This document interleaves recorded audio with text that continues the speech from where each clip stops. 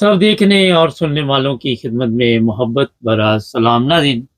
जैसे-जैसे कुर्बानी की ईद नज़दीक आ रही है, कभी कोई पेपर लाहौर से सामने आ रहा है, कभी किसी शहर से आ रहा है। और ये मैं बता दूँ कि जो लोग भी इस पर आवाज़ उठा रही हैं, उन सब का आपको पता है कि वो माहौल ख़राब करना चाहते हैं और कुछ भी नहीं। सर महमूद होंगे हमारे साथ आज के प्रोग्राम में। और ये पाकिस्तान के कवानीन को भी समझते हैं, इनसे पूछेंगे कि कौन से कवानीन के तहत जनाब ये कुर्बानी से अहमदियों को रोक सकते हैं और ये हालात क्यों बने हो? सर ये क्या रोज़ाना ये कभी कोई पेपर जारी कर दिया जाता, अब लाहौर की तरफ से भी आपको नज़र आ रहा है पेपर जारी किया गया कि अहमदी जो है वो कुर्बानी नहीं दे सकते?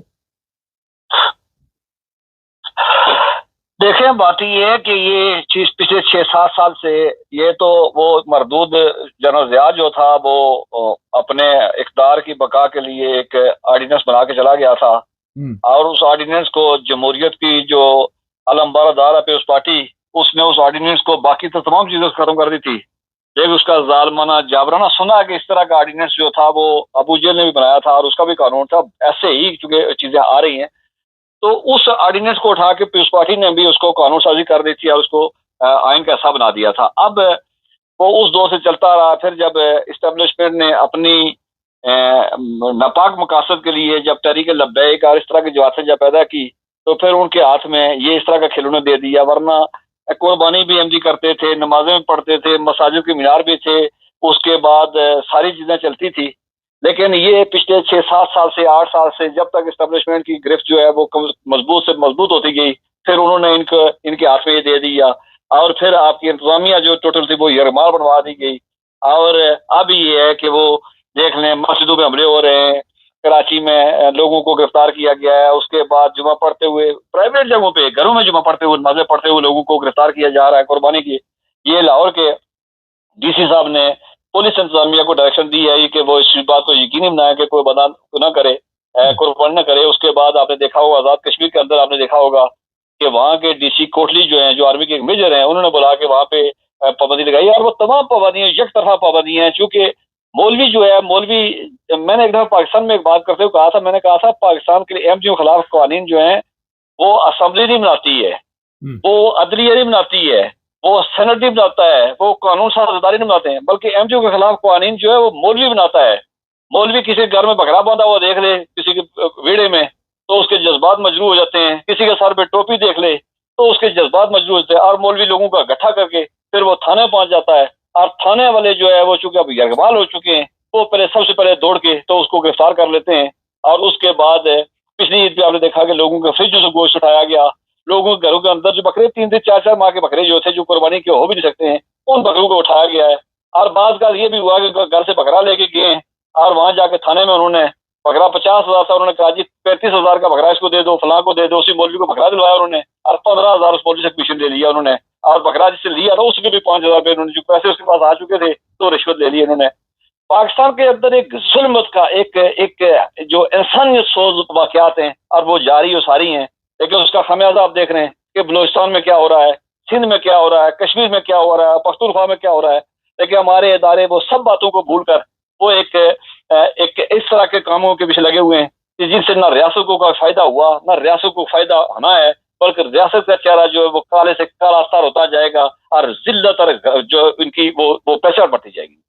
अच्छा सर ये बताइए कि लोगों ने वैसे भी जानवर घरों में रखे होते हैं, तो वो भी इस वक़्त तो गैर महफ़ूज़ है, ज़िम्मेदार तबका है और किसी के ऊपर भी आप इस तरह का इल्ज़ाम लगा के उसके जानवर कब्ज़े में कर सकते हैं, इतनी महँगाई के दौर जी, में। मैं कह चुका हूँ कि कुछ लोगों के घरों में पिछली जो रवायत चल रही है कि लोगों के घरों में 3-3 4-4 माह का बकरा जो है, जो बकरा उसने रखा हुआ था 4 माह का बकरा, जिसको मालूम है कि कुर्बानी का बकरा नहीं था, वो भी बकरा उठा के ले गए हैं। जब आप खुला जो उसको दे देंगे, पुलिस वालों को दे देंगे, उसके बाद जिस तरह के इसके दरिंदा सिर्फ लोग जो हैं, जो शैतान भी जिनको देख के शर्माता है, जब उनके हाथ में इख्तियार दे देंगे, वो चादर चारदीवारी का तकद्दुस को मजबूर करेंगे, घरों में घुसेंगे, उसके बाद पुलिस उनके सोलह पर बनी रही होगी। तो उसके बाद फिर जब किसी ने कोई जवाब नहीं देना है, किसी से जब किसी दूसरे का मौका नहीं आना है, तो फिर उसके बाद क्या करेंगे? तो जो मैंने कहा ना कि वहाँ कानून नहीं है, किसी किताब की बात नहीं है, किसी आइन की बात नहीं है, किसी सीपीसी की बात नहीं है, सीआरपीसी की बात नहीं है। वहाँ सिर्फ इतना है कि जो पुलिस के दिमाग में आए, और वह पुलिस वाला जो एक पुलिस वाला उसका वाकफ उसका मौलवी के दिमाग में आए, अब पुलिस वाला उसके इशारे पर नाचने के लिए तैयार हो जाए, तो वही हो जाता है। आप देखते हैं कि जिस तरह और मैं अभी मैं मैं मैं एक सवाल पूछ रहा हूँ, मैं एक सवाल पूछ रहा हूँ कि रियासत के इदारे बैठे हुए हैं, ISPR बैठे हुए हैं, तर्जमान खुदों के तर्जमान बैठे हुए हैं, कहाँ बैठे, ये क्यों नहीं बोल रहे हैं? और कभी किसी ने मजम्मत की है? पाकिस्तान के अंदर कल का तक की खबर है कि जी 30 डॉक्टर जो है, अहमदी डॉक्टर कत्ल किए गए हैं। उसके बाद आपने देखा कि मसाजिद पे हमले हुए, कब्रिस्तानों पे हमले हुए, नमाजी औरतें गिरफ्तार की गई हैं। मरियम गिरफ्तार हो तो मुल्क के अंदर जो है वो ख्वातीन के हुकूक की बात आ जाती है। जरदारी की बहन गिरफ्तार हो तो पीपल्स पार्टी सरापा एहतजाज बन जाती है। आसरा भुट्टो की गाड़ी अगर जमशेरों में रोकी जाए तो वो इंसानी हुकूक का और ख्वातीन का मसला बन जाता है। लेकिन जब दूसरे लोगों के घरों के चार दीवारों का कदस मजबूत किया जाता है, अब घरों में उन कामों में जो मामला से खदा किया था कि जिनका खदा से तल्लक है, वहां करते हुए ना इनको शर्म आती है, ना इनको हया आती है, ना ये बोलते हैं, और ना इनको इनको इनको इनको बयान सामने आता है। अरे कल आसमा भुट्टो के मतलब जो भी आपने बात की, मुझे भी हंसी आ रही थी कि 15 लोगों को गिरफ्तार कर लिया गया, उसकी गाड़ी रोकने की कोशिश की। वो लोग जो सिंध के हालात है वहां पे तो मजबूर है, भूख अफलास है, लोग बड़े परेशान है, तो वो किससे फरियाद करे? देखें, इन सब मामलात में से आपके प्रोग्राम में बहुत दफा अरफात साहब ने कहा है कि ये सारे जो मामलात जो लबैक और इस तरह के काम किए जाते हैं, ये बेसिक अपने असल इश्यूज जो हैं उनसे नजरें चलाने के लिए और उनसे बचने के लिए किया जाता है। आप सिंध को देख रहे हैं, सिंध के अंदर पंजाबियों को गाड़ियों को रोक के जलाया जा रहा है, गाड़ी को लूटा जा रहा है, और सिंधी सरेआम उनको कहते हैं, मैं चूंकि सिंधी जुबान जानता हूँ, मुझे पता है, सिंधी उनको कहते हैं कि तुम्हारे बाप की रोड है, तुम आते क्यों हो यहाँ पे? और उसके बाद वो गंदी गालियां देते हैं। बलोचिस्तान में आपने देखा कि गाड़ियां रोक के शनाख्ती कार्ड चेक करके लोगों को मारा गया है। उसके बाद वहां पे उसकी गाड़ी रोकी गई है और 15 लोगों पे मुकदमा हुए, गिरफ्तार भी हो गए हैं। जो पानी वाला मामला ये था, वो पीस पार्टी में झूठ बोला था। उसके बाद वो जो नहरें को रोक दी गई है, वो नहरें रोकी। आप सिंध की जुबान लड़खड़ाती हुई जुबान खोड़ों की, और दूसरा उसकी आप उनके जो सियासी रहनुमा है उनकी जुबानें लड़खड़ाती हुई देख लें कि वो कहते हैं जी कि नहीं रुका है, और वहां के मकामी लोग भी जो कहते हैं नहरों पे काम नहीं रुका है। और वो एक एहतजाज है, वो एहतजाज इस शिद्दत तक पहुंच चुका है कि वहां पे लसानियत की वो उसमें चला गया है। अब वो लसानी और सूबाई बुनियादों पे वहां पे ये सारे मामला हो रहे हैं, और जरदारी के खिलाफ जो जुबान वहां इस्तेमाल की जा रही है इस तरह के, तो वो उसको सुन के वो खुदा की पनाह बना मांगता है। लेकिन देख लें एस्टेब्लिशमेंट के मामला क्या है, एस्टेब्लिशमेंट क्या कर रही है, एस्टेब्लिशमेंट कहाँ के किस किस मामला में उलझे हुए हैं। और डायरेक्ट बात ये है, क्योंकि पाकिस्तान इसमें अब दो कोई बातें नहीं है, तमाम मुल्क यरमाल बन चुका है, और जिन्होंने यरमाल बनाया हुआ है इस सारे खेल के पीछे वो है। अच्छा सर, ये आप देख रहे हैं कि जैसे जैसे ईद करीब आएगी और भी शहरों से इस तरह जो पुलिस ऑफिसर ऐसे ही है, वो ऐसे ही करते जाएंगे। मैंने कहा उन्हीं कमेटियां बनी हुई हैं और उनके थानों के साथ जो है वो तल्लक बना हुआ है, और हुकूमत मिली हुई है, इदारे मिले हुए हैं, तो ये बढ़ता जाएगा, उसका बढ़ता जाएगा। चूंकि आपने देखा पाकिस्तान के अंदर एक इस तरह की इकानमी बन चुकी है कि वो इकानमी इस तरह की बन चुकी है कि वो पुलिस वाले गिरफ्तार करते हैं, गिरफ्तार करने के बाद वहां से माल कमाते हैं, और उसमें पुलिस के आला अफसर मौजूद है, उसके उसके मुलवस है।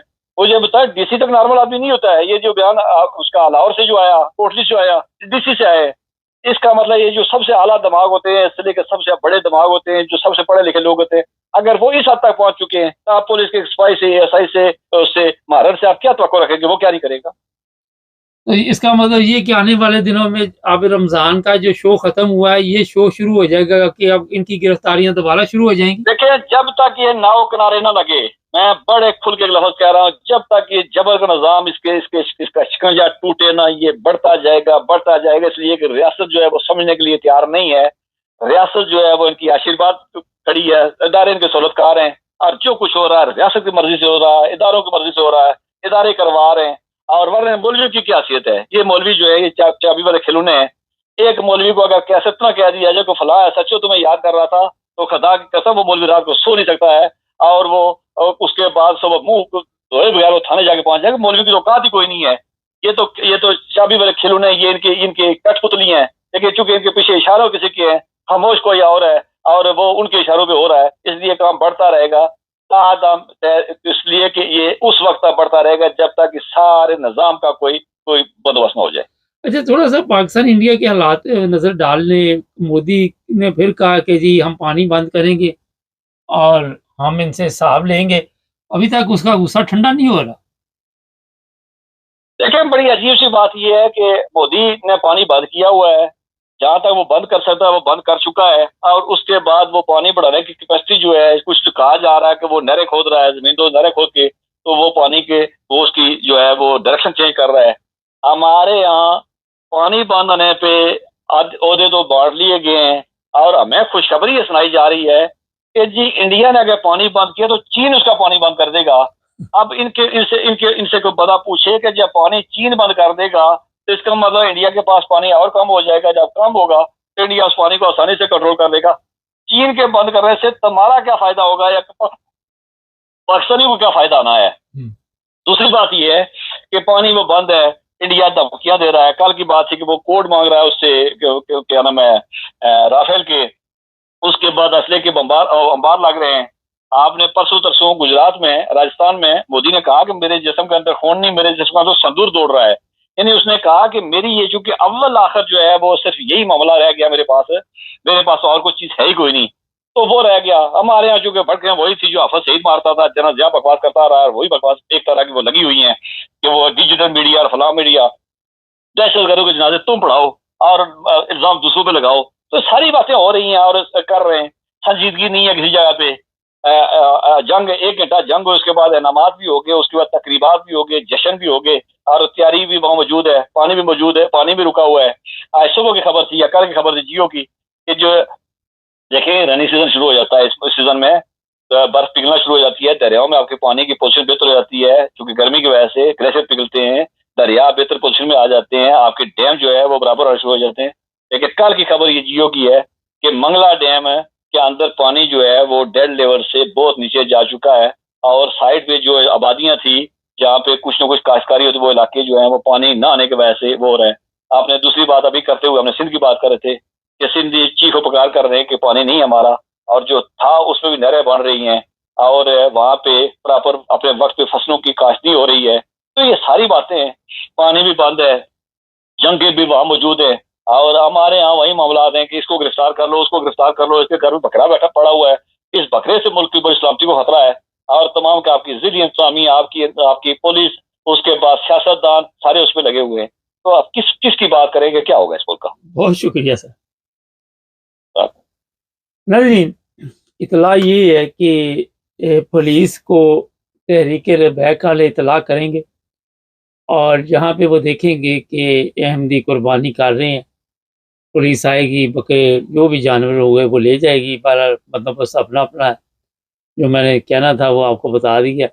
और फिर ये नहीं कि सिर्फ बकरे लेके जाएँगे, मुकदमात भी दर्ज करने का प्रोग्राम बना हुआ है।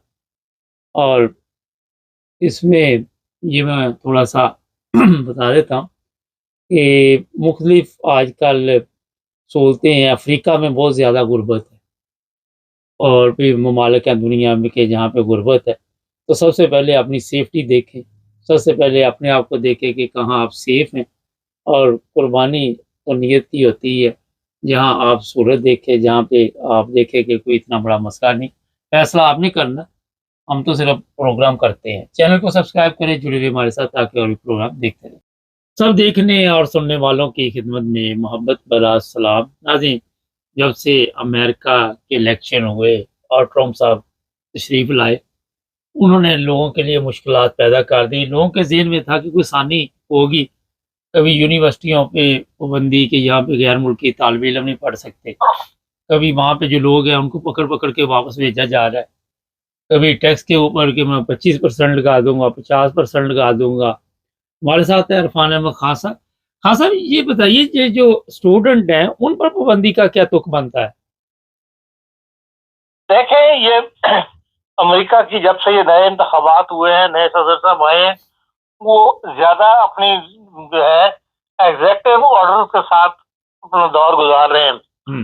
अभी तक जो सियासत में कहना चाहिए खराब वाली कैफियत जो है वो नहीं आई अमेरिका के अंदर जी। और ये जो कल का उनका फैसला था हार्वर्ड यूनिवर्सिटी वाला, उससे तो दुनिया को हैरान करके रख दिया है, इसलिए कि पूरी दुनिया से जो पढ़े लिखे लोग हैं, जो ज़हीन लोग हैं जिन्हें कहना चाहिए, वो स्टूडेंट्स वहां जाते हैं, पढ़ते हैं, और दुनिया के तीसरी दुनिया कह लें या दुनिया के बहुत सारे अक्सरियत हेड ऑफ द स्टेट्स जो है बनती है, वो वही हार्वर्ड के पढ़े हुए लोग होते हैं। जी। तो लेकिन ये कि वहाँ उन्होंने एकदम ये ऐसा ऐलान कर दिया था कि भाई हम वहाँ पे तो गैर मुल्कियों को दाखिला नहीं देंगे, जबकि बहुत बड़ी आमद का जरिया है हार्वर्ड की यूनिवर्सिटी के अंदर। कुछ थोड़ी फीसें नहीं है वहाँ पे हार्वर्ड के अंदर। तो लेकिन ये है कि वो कोर्ट में चैलेंज हो गया है और कोर्ट ने सर स्टे ऑर्डर दे दिया है और रोक दिया ट्रम्प साहब के ऑर्डर को कि वहाँ पे दाखिला अभी मतलब लिया जा सकता है।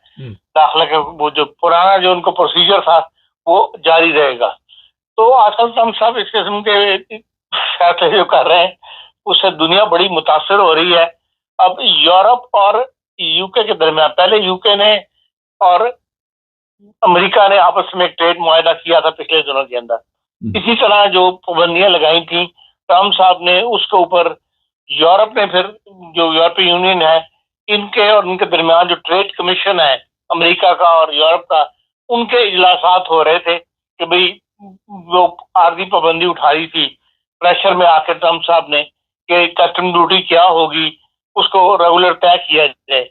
अभी वो इजलासात अभी के फाइनल स्टेज पे नहीं पहुंचे तो एकदम ट्रम्प साहब ने ऐलान कर दिया कि भाई 50% ड्यूटी है जो उन्होंने 1 जून से ड्यूटी या 50% लगा दी है अमेरिकन यूरोप की गुड्स के ऊपर। तो अभी गुस्तो शनीद जो है वो ज्यादातर एल्युमिनियम, स्टील और कारों की जो इंपोर्ट है अमेरिका में यूरोप से उसके बारे में चल रही थी और वो 95 बिलियन यूरो की इंपोर्ट होती है। तो अभी वो किसी फाइनल पे नहीं पहुंची तो इन्होंने ट्रम्प साहब ने ये एकदम ऐलान कर दिया है।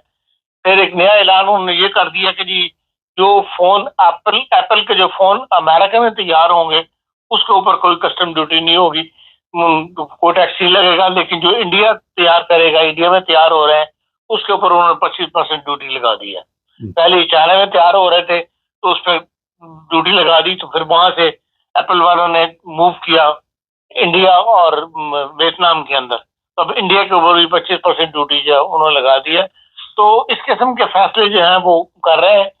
तो वहां इससे अभी तक दुनिया जो है तजर्बे का शिकार तो मैं नहीं कहता, लेकिन दुनिया हिली हुई है कि भाई कहाँ जाके बात ठहरेगी, ये कोई पोजीशन वाज़ेह नहीं हो रही।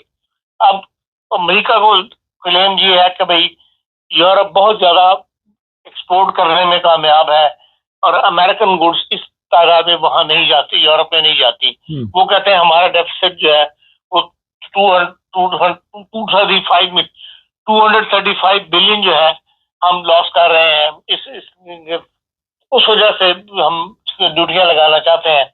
और लेकिन यह कि भाई अब या तो जो ट्रेड कमीशन बनाए थे उसको कोई फाइनल रिजल्ट निकालने देते, कोई एग्रीमेंट हो जाता तो ज्यादा बेहतर था, लेकिन अब फिर उन्होंने 1 जून से जो है वो 4% ड्यूटी लगा दी, पहले से कम है। लेकिन बहरहाल इसी जो कहना चाहिए उसके नताइज जो निकले बगैर, इंतजार किए बगैर नताइज का जो है वो ट्रम्प साहब अपनी पॉलिसीज लेकर चल रहे हैं। लेकिन यह कि दुनिया उनकी बात मान भी रही है, जैसा कि जो इस्तांबुल में गुफ्तगू जारी थी यूक्रेन और रूस के दरमियान, उसमें उनसे पहले गुफ्तगू करने वालों से पहले ये दो ममालिक जिनके दरमियान गुफ्तगू थी उससे पहले ट्रम्प साहब ने ऐलान कर दिया कि 1000 कैदियों का जो है वो तबादला करने पर ये रजामंद हो गए और ये अमेरिका ने करवाया है। उन्होंने खुद इसका क्रेडिट वो अपने पे लेते हैं और उसमें से पहले कैदी वाकई अब कल जो है उनके तबादला हो गया है। 370 कैदी जो है 390 कैदी, जिनमें 270 फौजी हैं और 120 सिविलियन है। दोनों तरफ के लोग जो है वो आपस में तबादला किया गया है और ये 1000 कैदी का तबादला हो जाएगा। बहरहाल जो भी है वो ट्रम्प साहब की बात इसका मतलब मानी भी जा रही है और जो कुछ जो फैसले कर रहे हैं उसके ऊपर हुकूमतें तनकीद भी कर रही हैं, अवाम भी तनकीद कर रहे हैं, लेकिन यह है कि भाई उसके ऊपर जो वो चाहते हैं उसके ऊपर दुनिया अमल भी करने पे मजबूर है।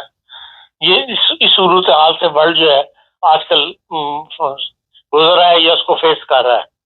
जर्मनी के अंदर तो जा रहा है कि जर्मनी की भी अपनी इंडिपेंडेंट पॉलिसी है, लेकिन यहाँ पर जो मौजूदा हुकूमत है उसने अभी पूरी तरह जिसे कहना चाहिए काम शुरू नहीं किया और वो जो उन्होंने सख्त बॉर्डर सख्त करने की पॉलिसी अपनाई थी उस पर जो पोलैंड का बॉर्डर है वहां पर अब काफी डिस्टर्बेंस शुरू हो गई है। लोग जो है सड़कों पर निकल आए हैं, लोग बहुत ज्यादा इंटरव्यूज वगैरह दे रहे हैं, एहतजाज कर रहे हैं, जो टीवी वगैरह पर दिखाया जा रहा है। क्योंकि उनका एक शहर है जो उसका नाम मेरे जेहन में इस वक्त नहीं आ रहा, जो जिसके दरमियान सिर्फ ओडा का दरिया का पुल है, बाकी आधा शहर इधर है आधा शहर उधर है। तो वहां से लोग लोग कहते हैं कि भाई हम जर्मन किंडरगार्टन के अंदर अपने बच्चे भेजते हैं, पोलैंड के लोग जो हैं, और इसी तरह लोग जो है काम करने के लिए फ्रैंकफर्ट ओडा के अंदर आते हैं, जो शहर उस गांव में आते हैं, तो उस गांव हिस्से में आते हैं, उस हिस्से में आते हैं जहाँ पे जर्मनी के अंदर है। तो उस वजह से वो कहते हैं कि लोग वहां पे इतना सख्त बॉर्डर को कंट्रोल हो रहा है जिसके अंदर घंटों लग जाते हैं हमें दाखिले के लिए। तो इस पॉलिसी के खिलाफ ये जो एक एहतजाज जो है वो अब रोज की बुनियाद पे पोलैंड के गांव गांव में हो रहा है। जी हाँ साहब, जो एक चीज आपने भी महसूस की होगी, इस वक्त लोग भी इस पे बात कर रहे हैं कि अमेरिका के रूस के साथ ताल्लुकात कुछ अच्छे होते जा रहे हैं और सब चीजें सामने नहीं आ रही, तो यूरोप के लिए ये भी एक परेशानी है। देखें, यूरोप के लिए परेशानी तो इसलिए है कि यूरोप को जो इफेक्ट करने वाली बात है सबसे पहले यूरोप होगा। अगर रूस का कभी बिगड़ता है या रूस यूरोप पे कब्जा करना चाहता है, यूरोप पे किसी मुल्क पे कब्जा करना चाहता है, तो जाहिर है पूरा यूरोप जो है अनसेफ होगा। तो अब तक तो वर्ल्ड वार के बाद जो यूरोप के ममालिक की सेफ्टी की जिम्मेदारी जो है वो अमेरिका ने ली हुई थी, और जब अमेरिका ही बदल गया या उसने रूस के साथ अपना तल्लुकात ठीक कर लिए, तो उसके बाद फिर जाहिर है कि यूरोप के लिए अपना खतरा महसूस करेगा। लेकिन मुबारक साहब, ये बातें जो है दुनिया के अंदर ऊंच नीच जो है वो चलती रहती है।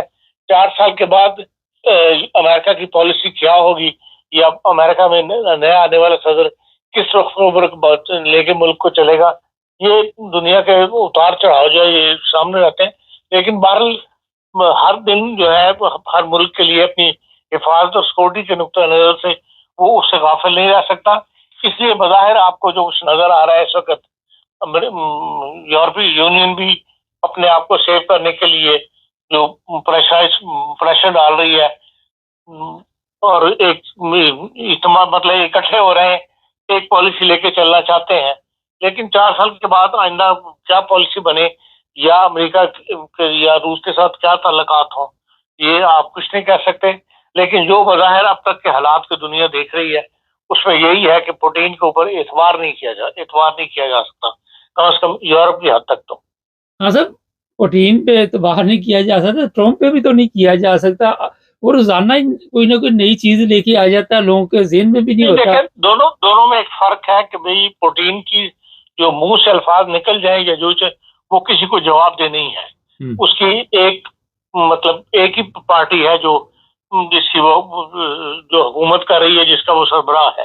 लेकिन बहरहाल अमेरिका के अंदर जमहूरियत है, अगर कोई ऐसी बात हुई तो अवाम उठ खड़े होंगे, या वहां पे 2 हाउस ऐसे मौजूद हैं, सेनेट और कांग्रेस जो है उसको जवाब देना पड़ता है बहुत सारे मामलात के अंदर। और अगर इस तरह के बाद हालात बदलते रहे तो ये दोनों इदारे जो है खामोश नहीं रहेंगे। और यकीनन अभी भी आप देख लें कि बात इकदाम के लिए, जैसे हार्वर्ड यूनिवर्सिटी वाला ही है, वहां की अदालतों ने उड़ा के एक जज ने ही उस फैसले को मुअत्तल करके रख दिया। तो लेकिन रूस में ये पॉलिसी नहीं है। रूस के अंदर तो जो कुछ मतलब अकेला जो फैसले करना चाहता है वो कर रहा है, कर सकता है, और ना अदालतें उसका आगे बोलती है, ना फौज बोलती है, ना उसकी पार्टी बोलती है। लेकिन बहरहाल अमेरिका के अंदर आपको जवाबदेह होना पड़ता है, वो बहरहाल एक जमहूरी मुल्क है। अच्छा खान साहब, एक चीज जरा बताइए, जर्मन की जो नई गवर्नमेंट है उससे अभी तक लोग मुतमिन है? देखिए, अभी तो गवर्नमेंट ने मतलब शुरू हुई है, मुतमईन वाली बात वाली कोई ऐसी कानून साजी की तरफ अभी नहीं आए। जो अभी डिस्कशंस वगैरह चल रही हैं और नेशनल असेंबली का डेली इजलास हो रहा है, उस कार्रवाई के अंदर भी कोई ऐसी बात नजर नहीं आती। कार्रवाई को भी देखें या सुनेगा आप तो कि भाई जिसमें कोई ऐसी अपोजिशन की तरफ से कोई ऐसा इल्जामात लग रहे हो या मुश्किलात को खड़ा किया जा रहा हो, जो बज़ाहिर हम देखने में नजर आता है। रूटीन की कार्रवाई चल रही है, रूटीन की मतलब हुकूमत जो है वो अपने काम कर रही है। अच्छा, कल एक वाकया पेश है, आपकी नजर से भी गुजरा, जो हैम्बर्ग रेलवे स्टेशन पे एक खतून ने चाकू के जरिए कई लोगों को जख्मी कर दिया। हाँ, तो 17 लोगों को उसने जख्मी किया है, लेकिन यह कि भाई उसके बारे में यही कहा जा रहा है कि वो दिमागी तौर पे फ्रस्ट्रेशन का शिकार है। जो लोग मतलब वो सुकून, मतलब लोगों के पास सुकून जिनको नहीं है, बहुत ज्यादा फ्रस्ट्रेशन का शिकार है, वो इस किस्म का रुझान पैदा हो जाता है इंसान के अंदर। अभी तक जितने भी वाकयात हुए हैं उसमें ज्यादा यही है कि लोग फ्रस्ट्रेशन का शिकार थे, ज़हनी बीमारी का शिकार थे, उन्होंने ये चाकू वाली कार्रवाइयाँ की हैं। अभी बहरहाल इससे तहकीक हो रही है और पूरी बात अभी तक सामने नहीं आई, लेकिन यह कि तो आज यकीनन उसको अदालत में पेश कर दिया जाएगा। उस औरत को 24 घंटे के अंदर पेश करना होता है, तो फिर सूरत हाल सामने आ जाएगी।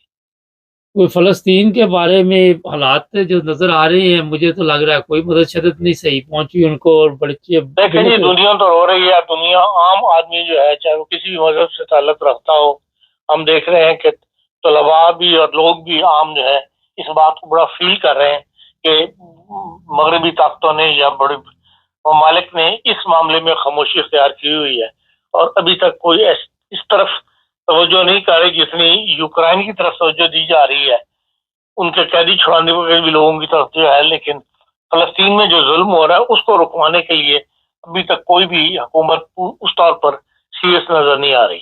बहुत शुक्रिया खान साहब। अच्छा, ये जो हैम्बर्ग में कल वाकया पेश आया, खान साहब ने बता भी दिया, कहीं भी सफ़र करें, किसी जगह पे भी हो, अपने आप को मोबाइल में मगर ना रखें, थोड़ा होश से रहें। किसी ट्रेन स्टेशन पे हैं जहाँ पे भी भीड़ है, क्योंकि कोई पता नहीं कोई सर फिरा आ जाए। अब 17 लोगों को ज़ख्मी कर दिया, मामूली ज़ख्म थे, लेकिन बताया जा रहा है 1-2 की ज़्यादा प्रॉब्लम बनी है। तो अब वो जैसे लिखा नहीं होता वहाँ पाकिस्तान बसों में, सवारी अपने सामान की खुद हिफाजत करेगी, अपना अपना बंदोबस्त रखना है। यूरोप में भी कोई पता नहीं कब कोई सर फिरा आ जाए और ले दे जाए। नहीं, फ़लस्तीनी लोगों की तस्वीरें, वीडियो देखी नहीं जा रही, बहुत तकलीफ दे हालात है, आप सोच भी नहीं सकते। और इस पर लोग तवज्जो भी नहीं ज़्यादा दे रहे। खान साहब ने तो बताया कि लोग उठ रहे हैं, मगर हमारे मुसलमानों को कोई दिलचस्पी नहीं। या पाकिस्तानी भी आप देख लें, मैं वो जब चेक करता हूँ सोशल मीडिया पे वीडियो, तो पता चल जाता है कि कितनी की दिलचस्पी है लोगों को। चैनल को सब्सक्राइब करें, जुड़े रहे हमारे साथ। सब देखने और सुनने वालों की खिदमत में मोहब्बत भरा सलाम। यकूब साहब आज हमारे साथ है, और यकूब साहब को मैंने रिक्वेस्ट की है कि आज गाली नहीं निकालने, तो ये कहने लगे कि अब तो ये लोग गाली के काबिल भी नहीं है। तो देखते हैं यकूब साहब क्या कहते हैं, और इसके बाद एक आपको डॉक्टर की भी बात सुनाएंगे, यकूब साहब तक भी शायद पहुंची हो।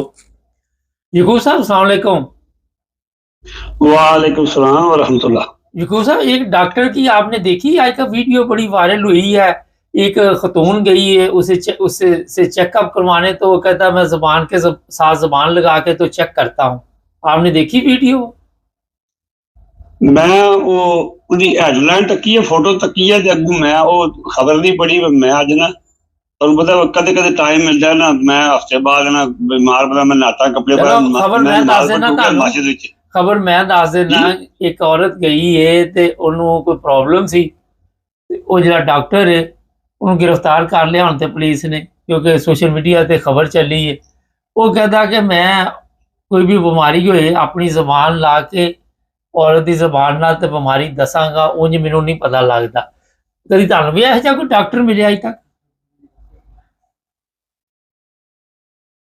मैं जिवें साहब अर्ज करना पिया वा, मैं वो खबर तकी है, हेडलाइन तकी है। वो मैं दसन ते दिया खबर तुहानूं, जिस मुल्क जी नहीं मैं दसन ते दिया खबर, मैं तुहानूं दसते रहे या मनु पता लग गया। मैं अर्ज करना पिया वा, जिस मुल्क विच शुश पीर हो सकदा है, और शुश पीर नूं जिहड़ा जिम्मेदार मिलिਆ, और जिहड़ा जिम्मेदार है इस वेले फील्ड मार्शल बनदा पिया, जिस मुल्क विच जिहड़ा के ना ਉਹ ਤੱਕੋ ਜੀ, ਉਹ ਮੈਨੂੰ ਉਹਦਾ ਨਾਂ ਨਹੀਂ, ਪਹਿਲੀ ਵਾਰੀ ਦੇ ਨਾਲ ਗਿਆ ਉੱਥੇ ਖਾਨੇ ਕਬੀ ਉਹ ਨਕਵੀ। ਹਾਂ, ਅੱਛਾ, ਉਹ ਜਨਾਬ ਜੀ ਜੋ ਕੋਈ ਨੇ ਕਿਰਦਾਰ 2 ਸਾਲ ਪਿਆ ਹੁੰਦਾ ਹੈ, ਜਿਸ ਤਰ੍ਹਾਂ ਬੰਦੇ ਬੇਗੁਨਾਹ 10-12 ਲਾਖ ਬੰਦਾ ਡੱਕੇ ਹੈ, ਜਿਸ ਤਰ੍ਹਾਂ ਸਦਰ ਬੈਠੇ ਆ, ਵਜ਼ੀਰ ਆਜ਼ਮ ਬੈਠੇ, ਉਹ ਸੁਣਿਆ ਜਿਹੜੀ ਉਹ ਅੱਲਾਹ ਤਾਲਾ ਮਾਫੀ ਦੇ, ਜਿਹੜੀ ਉਸ ਸਫਦਰਵਾਨ ਦੀ 5% बीवी है, ਹੁਣ ਤਾਂ ਮੁਝੇ ਕਿ ਜ਼ੀਰੋ ਹੋ ਗਈ ਆ, ਉਹ ਜਿਸ ਤਰ੍ਹਾਂ ਪੰਜਾਬ 'ਚ ਬਣ ਕੇ ਬੈਠੀ ਹੈ। ਤੁਸੀਂ ਪਾਕਿਸਤਾਨ 'ਚ ਇਹ ਕੁਝ ਵੀ ਨਹੀਂ, ਜਿਹੜਾ ਉਹ ਆਲੇ ਨਾ ਜ਼ੁਬਾਨ ਨੂੰ ਜ਼ੁਬਾਨ ਲਾ ਕੇ ਤੇ ਸ਼ੁਫ ਕੇ ਕਰਦਾ ਪਿਆ। ਤੇ ਇਹ ਜਿਹੜੇ ਬੈਠੇ ਨੇ ਸਾਰੇ ਜ਼ਿੰਮੇਦਾਰ, ਜਿਹੜੇ ਇੱਕ ਪਿੰਡੀ ਕਬਜ਼ਾ ਕਰਕੇ ਇਹ ਜਾਣਦੇ ਉਸ ਡਾਕਟਰਾਂ ਨੂੰ, ਇਹ ਜਿਹੜੇ ਨੇ ਉਹ ਡਾਕਟਰ ਇਹਨਾਂ ਵਾਸਤੇ ਯਕੀਨ ਕਰੋ ਕਿ ਮੇਰੇ ਕੋਲ ਪੁੱਛਦੇ ਹੋ ਤੇ ਇੱਕ ਟਿੰਡ ਕਰਾਈਏ ਨੇ ਬੰਦੇ ਜਿੰਨੇ ਵਾਲ ਡਿੱਗਦੇ ਨੇ ਉਹ ਇੱਕ ਵਾਲ ਮੁਜਰਮ ਹੈ, ਇਹ ਪੂਰੇ ਸਿਰ ਦੇ ਵਾਲ ਜਿਹਨੇ ਮੁਜਰਮ ਜੇ ਇਹਨਾਂ ਦੀ ਦੁਨੀਆ ਤੇ ਇਹ ਸਜ਼ਾ ਹੀ ਕੋਈ ਕਿਹੜਾ ਬੰਦਾ ਜਿਹਨੇ ਆਪਣੇ ਹਲਫ ਦਾ ਪਾਸ ਕਰਦਾ ਪਿਆ ਕੋਈ ਹੈ ਜੀ ਪਾਕਿਸਤਾਨ 'ਚ? ਉਹ ਤੇ ਕਹਿੰਦੇ ਨੇ ਬੜੇ ਮੈਡਲ ਮਿਲ ਰਹੇ ਨੇ, ਉਹ ਕਹਿੰਦੇ ਬੜਾ ਕਾਰਨਾਮਾ ਅੰਜਾਮ ਦਿੱਤਾ ਇੰਡੀਆ ਨੇ, ਪਾਣੀ ਸਿਰਫ ਬੰਦ ਕੀਤਾ ਨਾ, ਅਸੀਂ ਤੇ ਜੰਗ ਜਿੱਤੀ ਹੈ ਤੇ ਫਿਰ ਕੀ ਹੋ ਗਿਆ? ਤੇ ਉਹ ਤੇ ਤੁਹਾਡੇ ਸਾਹਮਣੇ ਉੱਥੇ ਤੇ ਜਸ਼ਨ ਮਨਾਏ ਜਾ ਰਹੇ ਨੇ, ਤੁਸੀਂ ਕਹਿੰਦੇ ਇੱਕ ਵੀ ਬੰਦਾ ਲਾ ਇਲਾਹਾ ਇल्लल्लाह ਮੁਹੰਮਦ ਰਸੂਲullah, ਖੁਦਾ ਮੈਨੂੰ ਮਾਫ ਕਰੇ, ਨਾ ਇਹਨਾਂ ਜੰਗ ਜੁੱਤੀ ਹੈ, ਨਾ ਇਹਨਾਂ ਜੰਗ ਲੜੀ ਹੈ, ਨਾ ਇਹਨਾਂ ਜੰਗ ਲੜਨੀ ਹੈ, ਇਹਨਾਂ ਜੰਗ ਬਜ਼ਾਤੇ ਖੁਦ ਮਿੰਨਤਾਂ ਕਰਕੇ ਕਰਵਾਈ ਹੈ। ਇਹ ਯਕੀਨ ਕਰ ਲਓ ਜਵੇਦ ਸਾਹਿਬ, ਮੈਂ ਤੁਹਾਨੂੰ ਦੱਸ ਨਹੀਂ ਸਕਦਾ ਇਹ ਕਿੰਨੇ ਕੀ ਦਰਿੰਦੇ ਨੇ, ਇਹਨਾਂ ਨੂੰ ਖੁਦਾ ਦੀ ਫਿਰ ਪਕੜ ਹੋਣੀ ਹੈ। ਇਹ ਤੇ ਕਰਦੇ ਨਹੀਂ, ਜੰਗ ਤੇ ਛੁਪ ਕੇ ਬੈਠੇ, ਜ਼ਿੰਮੇਦਾਰ ਵੀ ਛੁਪੇ ਹੈ ਤੇ ਜਿਹੜਾ ਕਹਿੰਦਾ ਦਾ ਮੁੰਡਾ ਅੰਮ੍ਰਿਤਸਰੀ ਉਹ ਵੀ ਨੱਸ ਕੇ ਬੈਠੇ ਇੰਗਲੈਂਡ। ਇਹ ਤੇ ਜਿਹੜੇ ਚੌਕੀਦਾਰ ਨੇ, ਚੌਕੀਦਾਰਾਂ ਨੂੰ ਗੈਰਤ ਆਈ ਹੈ, ਉਹ ਇਹਨਾਂ ਜਿੰਨਾ ਚਿਰ ਇਹ ਸੁੱਤੇ ਉੱਠ ਦੇਖੋ ਉਹਨਾਂ ਚੌਕੀਦਾਰ ਤੇ ਸਾਰੇ ਗੁਲਾਮ ਨਹੀਂ ਹਨ, ਜਾਂ ਕਿਸੇ ਵੇਲੇ ਗਲਤੀ ਵੀ ਹੋ ਸਕਦੀ ਹੈ।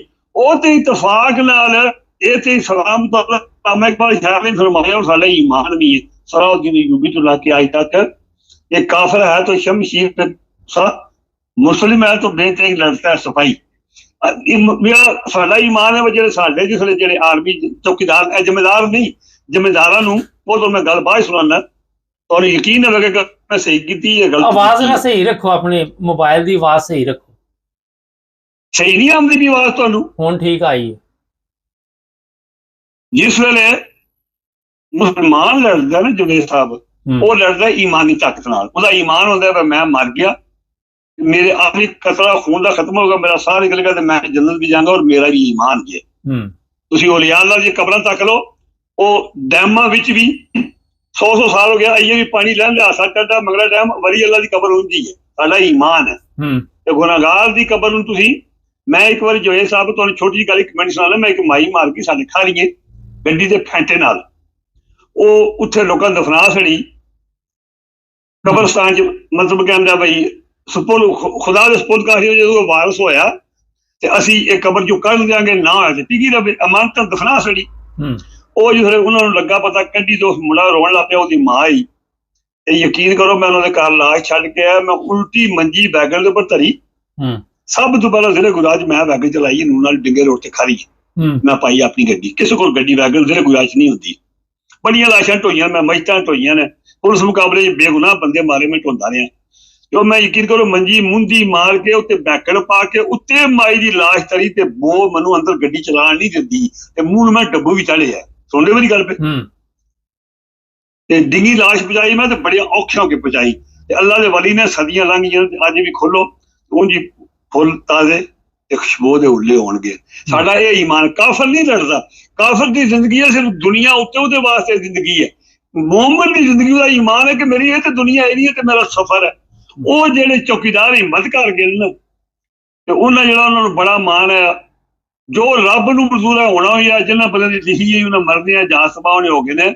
ਮੈਂ ਤੁਹਾਨੂੰ ਕਸਮ ਚੁੱਕ ਕੇ ਕਲਮਾ ਪੜ੍ਹ ਕੇ ਆਖਿਆ ਕਿ ਨਾ ਜ਼ਿੰਮੇਦਾਰਾਂ ਜੰਗ ਕੀਤੀ ਹੈ, ਨਾ ਕੰਜਰਾਂ ਜੰਗ ਕੀਤੀ ਹੈ, ਨਾ ਇਹ ਕਰਨ ਲਈ ਤਿਆਰ ਹੈ, ਇਹਨਾਂ ਖੁਦ ਜੰਗ ਕਰਵਾਈ ਹੈ ਲੇਕਿਨ ਉਲਟੇ ਫਸ ਗਏ ਨੇ। ਕਿਸੇ ਵੇਲੇ ਬੰਦਾ ਮਾਰਨ ਜਾਂਦਾ, ਡਾਕਾ ਮਾਰ ਜਾਂਦਾ, ਕਦੇ ਡਾਕਾ ਕਾਮਯਾਬ ਹੁੰਦਾ, ਕਦੇ ਡਾਕਾ ਫੇਲ ਹੋ ਜਾਂਦਾ। ਕੋਈ ਦਵਾਈ ਖੁਦਾ ਦੀ ਜੇ, ਕੋਈ ਨਾ ਜੰਗ ਨਹੀਂ ਲੜੀ, ਨਾ ਇਹਨਾਂ ਦਾ ਕੋਈ ਇਰਾਦਾ ਆ। ਇਹਨੇ ਜੰਗ ਲੜਵਾਈ ਹੈ ਸਿਰਫ ਇਮਰਾਨ ਖਾਨ ਨੂੰ ਤਵੱਜੋ ਹਟਾਉਣ ਵਾਸਤੇ ਤੇ ਉਹ ਕੁਦਰਤੀ ਉਹ ਕਾਬੂ ਆ ਗਏ, ਬਸ ਗੱਲ ਮੁੱਕੀ। ਉਹ ਜਿਸ ਤੁਸੀਂ ਨਹੀਂ ਤੱਕਦੇ ਕਈ ਵਾਰੀ, ਉਹ ਇੱਕ ਮੁੰਡਾ ਸੀ ਨਾ ਮੇਰੇ ਵਰਗਾ ਬੇਵਕੂਫ ਜਹਲ ਜਿਹਾ, ਉਹ ਮਾਲ ਡੰਗਰ ਜਗਾਉਂਦੇ ਆ, ਪੱਬੀ ਖੋਤਾ ਘੋੜਾ ਲੈ ਗਿਆ, ਬੱਕਰੀ ਲੈ ਗਿਆ ਬਾਹਰ, ਉਹ ਆਉਂਦੇ ਸ਼ਾਮੀ ਕੋਈ ਵੀ ਚੁਣ ਲਿਆਉਂਦੇ ਆ, ਕਾਰੂ ਦੀ ਮਾਂ ਜਿਹੜੀ ਨਾ ਰੋਟੀ ਕਰ ਲੈਂਦੀ। ਇੱਕ ਦਿਨ ਗਿਆ ਤੇ ਕੁਦਰਤੀ ਨਾ ਇੱਕ ਸਾਇਆ ਫਸਿਆ ਝਾੜੀ ਵਿੱਚ, ਉਹ ਮਗਰ ਜਾਨਵਰ ਲੱਗਾ, ਦਰਿੰਦਾ ਲੱਗਾ ਹੋਣਾ, ਕੋਈ ਇਲਿਸ਼ਰ ਬੜੀ ਖਤਰਾ, ਉਹ ਸਾਇਆ ਸ਼ੋਦਾ ਝਾੜੀ 'ਚ ਫਸ ਗਿਆ। ਉਹ ਗਿਆ ਤੇ ਉਹਦੇ ਕੋਲ ਨਾ ਨਿਕਲ ਆਇਆ, ਨਾ ਉਤਲੇ ਜਾਨਵਰ ਦੇ ਕਾਬੂ ਆਇਆ ਤੇ ਨਾ ਉਹਦੇ ਕੋਲ ਬਾਹਰ ਨਿਕਲ ਆਇਆ। ਉਹ ਮੁੰਡੇ ਸਾਇਆ ਫੜ ਲਿਆ, ਘਰ ਆ ਕੇ ਉਹਨੇ ਜ਼ਬਾ ਕੀਤਾ, ਉਹਦੀ ਮਾਂ ਪਕਾਇਆ, ਖਾਧਾ ਤੇ ਸਵੇਰੇ ਉੱਠ ਕੇ ਨਾ ਰੋਜ਼ ਮਾਰ ਲੱਗ ਜਾਂਦੀ ਆ ਬੱਬੀ, ਅਦ ਬੇਬੇ ਅੱਜ ਮੈਂ ਗੋਹਿਆਂ ਨੂੰ ਜਾ ਕੇ ਸਾਇਆ ਨੂੰ ਜਾ ਹੈ। ਉਹਨੇ ਕਿਹਾ ਪੁੱਤਰ ਨਾ ਤੂੰ ਸ਼ਿਕਾਰੀ ਨਹੀਂ ਹੈ, ਤੂੰ ਗੋਹੇ ਚੁਣ ਕੇ ਲਿਆ, ਨਹੀਂ ਸਾਇਆ ਤੈਨੂੰ ਕੁਦਰਤੀ ਕੱਲ ਫਸਿਆ ਲੱਭ ਗਏ ਝਾੜੀ 'ਚ। ਸੁਣਨੇ ਮੇਰੀ ਗੱਲ ਪਿਆ, ਇਹ ਉਹ ਸ਼ਿਕਾਰੀ ਜੇ, ਇਹ ਗੋਹੇ ਚੁਣਨ ਵਾਲੇ ਉਹਨਾਂ ਬੇਬਿਆਂ ਦੇ ਪੁੱਤਰ ਨੇ ਹਰਾਮ ਖੋਰ ਕਿ ਇਹ ਜਿਹੜੇ ਭਰਤੀ ਹੁੰਦੇ ਨੇ, ਅੱਜ ਸ਼ੁਕਰ ਹੈ ਗੁੱਲੀਆਂ ਲੱਗ ਗਈਆਂ। ਮੈਂ ਤੁਹਾਨੂੰ ਸੁਣਾਉਣਾ, ਇੱਕ ਅਮਰੀਕਨ ਰਿਟਾਇਰਡ ਜਨਰਲ, ਇੱਕ ਸਾਥੀ ਹੈ, ਉਹਨੇ ਆਖਿਆ ਇਹ ਪਾਕਿਸਤਾਨ ਜਿਹੜੇ ਨੇ ਇਹ ਤਲਿਆਂ ਚੀਜ਼ਾਂ ਦੇ ਵਿਕਦੇ ਨੇ, ਜ਼ਾਨ ਜ਼ਮੀਨ ਤੇ ਆਪਣੀ ਮਾਂ ਭੈਣ ਧੀ ਦੇ ਸੜਦੇ ਨੇ। ਕਿੱਡੀ ਸ਼ਰਮਿੰਦਗੀ ਹੈ। ਉਹਨੇ ਕਿਹਾ ਅਗਰ ਪਾਕਿਸਤਾਨ ਅੱਜ ਤੱਕ ਕੋਈ ਬੰਦਾ ਨਹੀਂ ਖਰੀਦਿਆ ਗਿਆ ਤੇ ਸਾਡੇ ਕੋਲ ਇਮਰਾਨ ਖਾਨ ਨਹੀਂ ਖਰੀਦਿਆ। ਆਹ ਅਰਬਾ ਕੀਤਾ। ਦੁਨੀਆ ਦੀ ਹੁਸੀਨ ਕੁੜੀ ਪੇਸ਼ ਕੀਤੀ ਹੈ, ਡਾਲਰਾਂ ਦੀਆਂ ਬੋਰੀਆਂ ਧਰੀਆਂ ਨੇ ਸ਼ਰਾਬ। ਉਹਨੇ ਕਿਹਾ ਕੋਈ ਕਸਰ ਛੱਡੀ ਨਹੀਂ। ਤੇ ਜਿਹੜੇ ਜ਼ਿੰਮੇਦਾਰ ਨੇ ਉਹਨੇ ਕਿਹਾ ਜਿਸ ਬ੍ਰਿਗੇਡੀਅਰ ਬਣਦੇ ਨੇ ਸਾਨੂੰ ਪਤਾ ਕਿ ਉਹਨਾਂ ਦਾ ਨੰਬਰ ਆ ਜਾਣੇ, ਅਸੀਂ ਇਹਨਾਂ ਦਾ ਇੱਕ ਤਰੀਕਾ ਹੀ ਰੱਖਿਆ ਜਾਂ ਇੰਗਲੈਂਡ ਟ੍ਰੇਨਿੰਗ ਕਰਾਓ ਜਾਂ ਅਮਰੀਕਾ ਜਿਹੜੇ ਆਉਂਦੇ ਨੇ ਉੱਥੇ ਅਸੀਂ ਇਹਨਾਂ ਦਾ ਪੂਰੀਆਂ ਵੀਡੀਓ ਨੇ ਬਣਦੀਆਂ, DNA ਟੈਸਟ ਹੋ ਜਾਂਦੇ ਨੇ, ਇਹਨਾਂ ਦੀ ਪੂਰੀ ਫਿਲਮ ਵੀਡੀਓ ਬਣਾ ਕੇ ਪ੍ਰਿੰਟ ਤਿਆਰ ਕਰ ਲੈਂਦੇ ਆ। ਫਿਰ ਅੱਗੇ ਉਹ ਹੀ ਆਉਂਦਾ ਜਿਹੜਾ ਸਭ ਤੋਂ ਵੱਡਾ ਅਲਕਨਾ ਪਾਕ ਹੁੰਦਾ। ਇਹ ਪਲਾਂਟੇਡ ਬੰਦੇ ਨਾਲ ਦੀ ਕਿਹੜੀ ਗੱਲ ਕਰਦੇ ਹੋ? ਇਹ ਜ਼ੁਲਮ ਹੈ।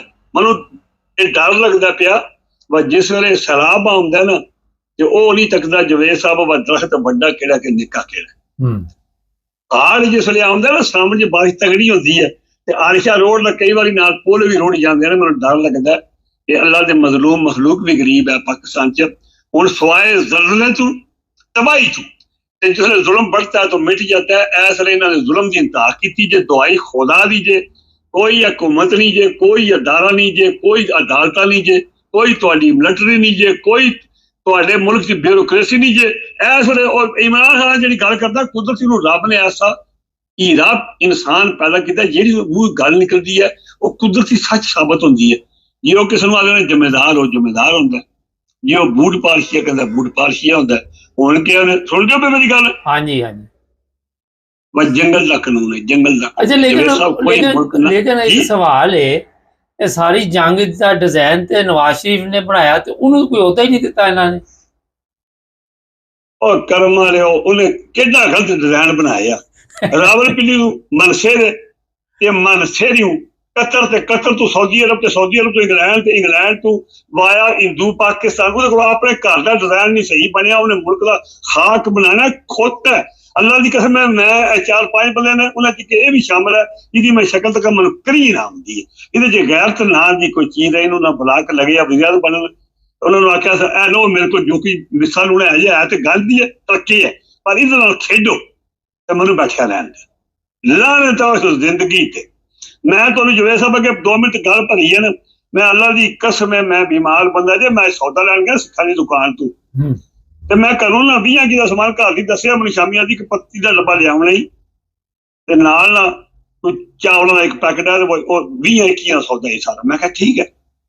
ਮੈਂ ਬੋਝੇ 35 ਰੁਪਏ ਪਾ ਲਏ। ਬਿਮਾਰ ਹੈ ਕਿਸੇ ਨੇ ਯਾਦ ਹੈ ਕਿ ਮੈਂ 3 ਫੋਨ ਮੇਰੇ ਗੁੰਮੇ ਨੇ ਤੇ ਮੈਂ ਜਾ ਕੇ ਪੁਲਿਸ ਕੋਲ ਪੁਲਿਸ ਵਾਲੇ ਨੇ ਖੂਬ ਰੋਜ਼ ਤੂੰ ਫੋਨ ਗੁੰਮ ਕਰ ਸਕਣਾ।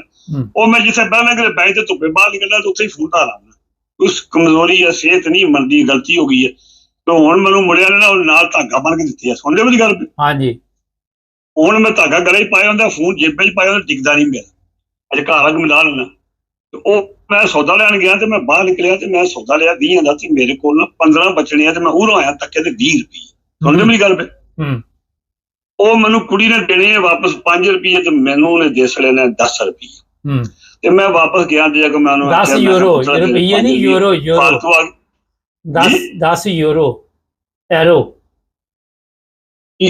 ਯੂਰੋ ਜਿਹੜੇ ਨੇ ਉਹਨੇ ਮੈਨੂੰ ਨਾ ਵਾਪਸ ਕਰਨੇ 5-10 ਕਰ ਲੈਣੇ ਗਲਤੀ ਨਾਲ। ਸੁਣਦੇ ਮੇਰੀ ਗੱਲ? ਉਹ ਮੈਂ ਵਾਪਸ ਗਿਆ ਮੈਨੂੰ ਪਤਾ ਜੇ ਚੋਖੇ ਪੈਸੇ ਉਹਦੇ ਚ ਰਲ ਜਾਂਦੇ ਤੇ ਫਿਰ ਤੇ ਕੋਲ ਨਾ ਪਤਾ ਲੱਗਣਿਆ ਬਾਈ। ਉਹਨੇ ਮੈਨੂੰ ਦਿੱਤੇ ਨੇ ਮੈਂ ਲੈ ਲੈਣਾ ਲੈ ਕੇ ਬੋਝੇ ਪਾ ਕੇ ਬਾਹਰ ਨਿਕਲਿਆ ਸਮਾਨ ਲੈ ਕੇ ਕੋਈ ਹੋਰ ਵੀ ਸਮਾਨ ਰੇਹੜੀ 'ਚ ਪਏ ਆ। ਉਹ ਮੈਂ ਆਖਿਆ ਮੈਂ ਰੁਪਈਏ 35 ਤੇ 20 ਮੈਂ ਉਹਨੂੰ ਦੇਣੇ ਨੇ ਤੇ ਮੇਰੇ ਕੋਲ 5 ਮੈਂ ਉੱਥੇ ਖਰਚ ਕਰਕੇ ਆ ਤੇ ਮੇਰੇ ਕੋਲ ਰੁਪਈਏ ਬਚਣੇ ਚਾਹੀਦੇ ਮਰ ਕੇ ਪਤਾ ਤੇ ਮੇਰੇ ਕੋਲ 20 ਰੁਪਈਏ ਨੇ 5 ਰੁਪਈਏ ਫਾਲਤੂ ਨੇ। ਮੈਂ ਫੇਰ ਗਿਆ ਵਾਪਸ ਦੇ ਕੇ ਘਰ ਆ ਕੇ ਮੈਂ ਘਰ ਦੀ ਨੂੰ ਦੱਸਿਆ ਦਵਾ ਦੀ ਹੈ। ਉਹ ਕਰਮ ਵਾਲਿਆ ਤੂੰ ਬਿਮਾਰ ਹੈ ਤੂੰ ਭੁੱਲ ਗਿਆ ਨਾ। ਲੋਕ ਨਹੀਂ ਭੁੱਲਦੇ ਐਡੀ ਕੱਚੇ ਨਹੀਂ ਉਹਨਾਂ ਦੁਕਾਨਦਾਰੀ। ਉਹ ਮੈਂ ਕਰਮ ਵਾਲੀ ਜ਼ਰੂਰੀ ਤੇਰੀ ਕੋਈ ਫਰੀਕਾ ਕੋ ਨਹੀਂ ਨਾ। ਜਦੋਂ ਮੈਂ ਘਰੋਂ 35 ਆਦੀ ਜੇ ਨੋਟ ਜੁੜਿਆ ਫਿਰ ਤੇ ਮੈਂ ਕਿਹਾ ਜੁੜਿਆ ਤੇ ਮੇਰਾ ਜ਼ਮੀਨ ਮੁਤਮੈਨ ਮੈਂ ਆਪਣੇ ਖੁਦਾ ਨੂੰ ਜਵਾਬ ਦਿਆਂਗਾ ਕੀ ਹੈ 5 ਰੁਪਏ ਮੈਂ ਬੱਚਿਆਂ ਰੋਜ਼ ਕੁਲਫੀਆਂ ਖਾਣਾ ਆਪਣੇ ਦੋਸਤਾਂ ਪੋਸਿਆਂ ਨੂੰ 12 ਯੂਰੋ ਦੀ ਹੈ 3 ਯੂਰੋ ਦੀ ਕੁਲਫੀ ਹੈ ਤੇ ਮੈਂ ਕੀ ਹੈ 5 ਰੁਪਏ ਮੇਰਾ ਨਹੀਂ ਜ਼ਮੀਨ ਮੁਤਮੈਨ ਮੈਨੂੰ ਯਕੀਨ ਹੈ ਮੇਰੇ ਕੋਲ 5 ਰੁਪਏ ਉਹਦੇ ਫਾਲਤੂ ਆ। ਠੀਕ ਹੈ ਫਿਰ ਕੀਤਾ ਕੀ? ਇਹ ਕੌਣ ਲੋਕ ਨੇ ਜਿਹੜਾ ਮੁਲਕ ਲੁੱਟ ਕੇ ਬਾਹਰ ਅਰਬਾਂ ਖਰਬਾਂ ਕੌਣ ਇਨਸਾਨ ਨੇ? ਨਹੀਂ ਤਾਂ ਮਿੱਟੀ ਦੇ ਬਣੇ ਨੇ। 5 ਯੂਰੋ ਦਾ ਕੀਤਾ ਕੀ ਵਾਪਸ ਦਿੱਤੇ ਉਹਨੂੰ? ਹਾਂ ਮੈਂ ਵਾਪਸ ਦਿਆ। ਮੈਨੂੰ ਪਤਾ ਨਾ ਮੇਰੇ ਕੋਲ ਜਿਵੇਂ ਸਾ ਮੈਂ ਤੱਕਿਆ ਮੇਰੇ ਬੋਝੇ 5 ਰੁਪਏ ਫਾਲਤੂ। ਨਹੀਂ ਤਾਂ ਉਹਨੂੰ ਪੁੱਛਣਾ ਵੀ ਸੀ ਕਿ ਫਾਲਤੂ ਆਏ ਵੀ ਨੇ। ਨਹੀਂ ਮੈਂ ਉਹਨੂੰ ਪੁੱਛਿਆ ਜਾ ਕੇ ਮੈਂ ਕਿਹਾ ਮੇਰੇ ਅੰਦਾਜ਼ੇ 'ਚ 5 ਰੁਪਏ ਫਾਲਤੂ ਤੱਕ ਲੈ। ਉਹ ਆਂਦੀ ਹੁਣ ਮੇਰੇ ਤੇ ਕਾਸੇ ਦੀ ਯਕੂਬ ਜਿਹੜੀਆਂ ਨੇ ਕਾਫੀ ਕੈਸ਼ ਪਈ ਹੈ, 200-300 ਯੂਰੋ ਪਏ ਹੈ। ਇਹ ਹੁਣ ਤੇਰਾ ਹੀ ਮਾਨ ਤੂੰ ਆਖ ਰਿਹਾ ਮੈਨੂੰ ਨਹੀਂ ਯਕੀਨ, ਮੈਂ ਤੇ ਤੈਨੂੰ ਦਿੱਤੇ ਨੇ ਆਪਣੇ ਨੂੰ, ਮੈਂ ਤੈਨੂੰ ਵਾਪਸ ਜਿਹੜੇ ਕੀਤੇ ਨੇ ਉਹ 5 ਮੈਂ ਕਹਿੰਦੀ ਤੂੰ 10 ਕੀਤੇ ਨੇ। ਨਹੀਂ ਪਰ ਉਹ ਤੁਸੀਂ ਜਾਓਗੇ ਤੇ ਉਹ ਹਿਸਾਬ ਕਰੇਗੀ, ਉਹ ਮੇਰੀ ਗੱਲ ਸੁਣੋ, ਹਿਸਾਬ ਜਦੋਂ ਸ਼ਾਮ ਨੂੰ ਕਰੇਗੀ ਨਾ ਤੇ ਜੇ ਤੁਹਾਡੇ ਵੱਧ ਹੋਏ ਤੇ ਤੁਹਾਨੂੰ ਵਾਪਸ ਮਿਲ ਜਾਣਗੇ। ਕੱਲ ਜਦੋਂ ਜਾਓਗੇ ਨਾ ਸਮਾਨ ਲੈਣ ਤੇ ਵਾਪਸ ਦੇ ਦੇਗੀ। ਉਹਨੇ ਕਿੱਥੋਂ ਦੇਣਾ ਸਿੱਕਣੀਆਂ ਨੇ, ਘਰ ਦੀ ਬਣਵਾ ਦੀ ਕਰਮਾਂ ਨੇ। ਤੂੰ ਬਿਮਾਰ ਹੈ, ਤੂੰ ਗਲਤੀ ਕਰ ਸਕਦਾ, ਲੋਕ ਨਹੀਂ। ਮੈਂ ਕੋਈ ਗੱਲ ਨਹੀਂ, ਮੈਂ ਜਿਵੇਂ ਸਾਹਿਬ ਮੈਂ ਆਪਣੀ ਕਬਰ ਵੀ ਜਾਣਾ, ਮੈਨੂੰ ਰੱਬ ਨੂੰ ਡਰ ਲੱਗਦਾ ਕਿਉਂਕਿ ਮੈਂ ਕਰੂ ਖੜੇ ਹੋ ਸਕਦਾ ਕਈ ਵਾਰੀ ਨੋਟ ਜੁੜੇ 2 ਵਾਰੀ ਵਾਕਿਆ ਹੈ। ਤੁਸੀਂ ਤੇ ਬੜਾ ਪੁਰਾਣਾ ਵਾਕਿਆ, ਮੇਰੇ ਘਰ ਮੇਰੀ ਮਾਂ ਬੁੱਢੀ ਹੈ, ਉਹਨਾਂ 100 ਰੁਪਈਆ ਦਾ ਗਿਣ ਬਾਰ-ਬਾਰ 10 ਨੋਟ ਲਏ ਤੇ ਉਹ ਨਾ ਜੁੜੇ 2, ਮੇਰੀ ਮਾਂ ਗਿਣੇ ਤੇ 90 ਬਣ, ਮੈਂ ਗਿਣਾ ਤੇ 100 ਬਣੇ। ਮੈਂ ਮੁੰਡਾ ਚੁੜਾ ਜਵਾਨ ਹੈ, ਅੱਛਾ ਚੰਗਾ ਕੁੜ ਉਹ ਬੇਬੇ ਮੈਨੂੰ ਆਦੀ ਹੈ ਉਹ ਚਵਲਾ ਜਾ ਝੂਠ ਮਾਰਨਾ, ਮੈਂ ਗਿਣੇ ਨੇ 3 ਵਾਰੀ 90 ਨੇ, ਤੂੰ ਆਣਾ 100 ਹੈ। ਮੈਂ ਫਿਰ ਵੱਖੋ ਵੱਖ ਮੈਂ ਕਿਹਾ ਬੇਬੇ ਤੁਸੀਂ ਬੁੱਢੇ ਬੰਦੇ, ਤੁਹਾਡੇ ਕੋਠੇ 'ਚ ਜ਼ੋਰ ਨਹੀਂ, ਸੁਣਨੇ ਮੇਰੀ ਗੱਲ ਪੇ। ਤੇ ਉਹ ਹੋ ਸਕਦੀ ਹੈ ਗਲਤੀ, ਇਹ ਨਹੀਂ ਇਨਸਾਨ ਕੋਲ ਗਲਤੀ ਨਹੀਂ ਹੁੰਦੀ। ਅੱਛਾ ਹੁਣ ਤੁਸੀਂ ਇਹ ਕਹਿਣਾ ਚਾਹੁੰਦੇ ਕਿ ਤੁਹਾਡਾ ਜ਼ਮੀਰ ਇੱਕ ਗਵਾਰਾ ਨਹੀਂ ਕਰਦਾ ਤੇ ਇਹ ਅਰਬਾਂ ਰੁਪਈਏ ਖਾ ਗਏ ਤੇ ਇਹ ਤੇ ਜ਼ਮੀਰ ਖਤਮ ਹੋ ਜਾਏ ਤੇ ਫਿਰ ਤੇ ਕੋਈ ਪਰੇਸ਼ਾਨੀ ਵੀ ਨਹੀਂ ਨਾ ਹੈ, ਜੋ ਮੁਰਦਾ ਹੋ ਜਾਏ ਜ਼ਮੀਰ। ਇਹ ਜ਼ਮੀਰ ਨਹੀਂ, ਇਹ ਇਨਸਾਨ ਹੀ ਨਹੀਂ, ਇਹ ਇਹਨਾਂ ਨੂੰ ਮੁਸਲਮਾਨ ਕਹਿੰਦੇ ਇਸਲਾਮ ਦੀ ਤੋਹੀਨ ਹੈ। ਜਿਹੜੇ ਬੰਦੇ ਨੂੰ ਇਹ ਤਾਰੀਫਾਂ ਕਰਦੇ ਨੇ, ਜਿਹੜੇ ਇਹਨਾਂ ਨੂੰ ਸੈਯਦ ਆਖਦੇ ਨੇ, ਹਾਫਿਜ਼ ਆਖਦੇ ਨੇ, ਪਤਾ ਨਹੀਂ ਕਿ ਚਲੋ ਜਨਮੀਓ ਤੁਸੀਂ ਆਪਣੀ ਅੱਖ ਬਦਕੀ ਹੋਰਾ ਕਰਦੇ ਹੋ। ਉਹ ਜਿਹੜਾ ਹਰਾਮ ਖਾਂਦਾ ਪਿਆ ਉਹ DIG ਹੈ, IG ਹੈ, ਉਹ ਸਦਰ ਦੀ ਸੀਟ ਤੇ ਬੈਠੇ ਆ, ਰੇਲ ਤੇ ਬੈਠੇ ਆ, ਉਹ ਜ਼ਿੰਮੇਦਾਰ ਲੱਗੇ ਆ, ਉਹਨਾਂ ਦੇ ਜਨਮੀ ਟਕਲੇ ਨੇ, ਅਰਬਾਂ ਖਰਬਾਂ ਲੁੱਟੇ ਆ, ਉਹਨਾਂ ਦੀਆਂ 7 ਪੁਸ਼ਤਾਂ ਜਨਮੀ ਨੇ। ਉਹ ਜ਼ਾਲਮੋ ਤੁਸੀਂ ਨਜਾਇਜ਼ ਉਹਨਾਂ ਨੂੰ ਤਖਲਸ ਦੇ ਕੇ ਤੁਸੀਂ ਕਿਉਂ ਆਪਣੀ ਅੱਖ ਬਦ ਖਰਾਬ ਕਰਦੇ ਹੋ? ਚਲੋ ਬੜਾ ਅਜੇ ਇਹ ਵੱਡੀ ਪੈ ਗਈ ਹੈ।